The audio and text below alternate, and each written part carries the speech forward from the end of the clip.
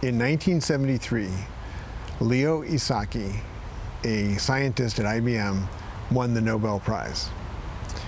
And at some point, the idea came up of there being sort of a banquet for all these amazing Nobel Prize winners that had come from IBM. And it was organized in New York. And Charles and Ray heard about it, and they thought, what can we do? And so resulted the Newton deck of cards, which is one of my favorite projects of the Eames Office because it tells you so much about how the way they worked. So when they found out about the banquet, they said, well, what can we do? And they said, well, why don't we make a deck of cards of images of Isaac Newton, because they had just done the exhibition on Isaac Newton. And so I had all these beautiful images of him, of the manuscripts, of the places that he lived, and all this great stuff. And they thought, we'll make a deck of cards, and we'll hand make it, and we'll present it to them. When was the banquet? Oh, just a few, like 5 days or something like that. And so the whole office turned itself inside out, and everybody was doing all these different projects. Alex Funke, Dick Donges, Emily Maeda, the whole team, Charles and Ray, all doing part of it. So they were embossing it with gold leaf. They were hand printing them. Now the thing about this whole thing is that to make this deck of cards, they had to cut the cards, they had to print the photographs, and they could all do it in-house. And that's why I love this story so much, because it really speaks to the self-reliant world that Charles and Ray lived in as they created and worked, and as they tried out ideas. In other words, they didn't have to outsource everything or send something to somebody else to do. They could actually do it all in-house. So they printed the cards. Then they put gold leaf on the corners of the cards. They cut them just right. They built a box. I think Randy Walker was in the back, or Dick Donges in the back, making a wooden box that would be just right to carry them. And then they made all the cases for each of the individual decks of cards. And it was like a 3 or 4 day project. Meanwhile, they were trying to figure out, well, what's the timing? When does it actually need to get on a plane to make it to New York?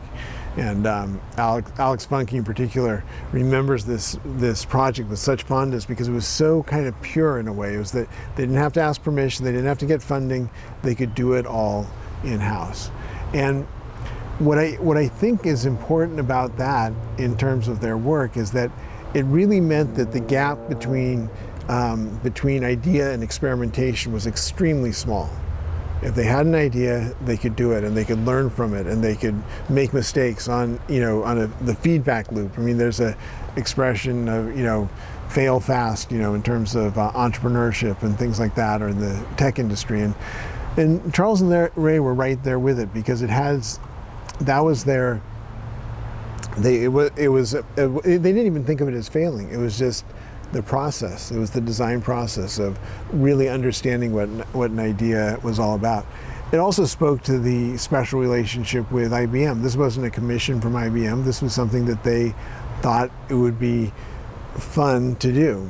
And when I say fun, I started to do the air quotes, because they had this expression, which is "take your pleasure seriously." And it was moments like this it was about. Sometimes when people hear that quote, it's about sort of relaxing or whatever, but they were more interested in the idea of taking your pleasure seriously in the sense of the way a circus artist does it, a trapeze artist.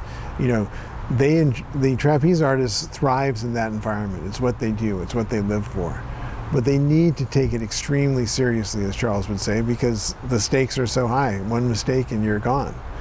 And so that spirit of rapid iteration was so important. Another time that happened was Ray Redheffer, another IBM connection, because he was the key mathematician on the IBM Mathematica project. He came into the office one day and he was expecting to get Rarin to work, and everybody was busy. He was like, what could possibly be more important than the Mathematica show, which itself was a huge amount of work and taking your pleasure seriously. And what they were doing, what the Eames Office team was doing, was working on a flip book a happy birthday flip book for Eros Saarinen, showing a kind of a plane towing a banner as it flew through the under construction St. Louis Arch. And so at that moment, that was the most important thing. And of course, they got back to the Mathematica soon enough. But again, that's why when one thinks about the Eames work, understanding the importance of 901, which is where their office space, is so critical. Right now I'm at the Eames house, and this is where they lived, and in front of me is the Eames studio, which was their workshop for a few years until the late 50s. But it was 901 that was really kind of this engine of creativity. And there was this quality that you always saw in the Eames work, that when they explored a new material or a new medium or a new idea, it was always Charles and Ray working together, like they did right here when they did the Toy Trains film, or the Blacktop film, or Parade, or any of those movies. So the Newton deck of cards. And I did talk to one of the scientists who had received one, and they still, a few years ago when I was writing an Eames Primer book, and they still treasured it, which made me very, very happy.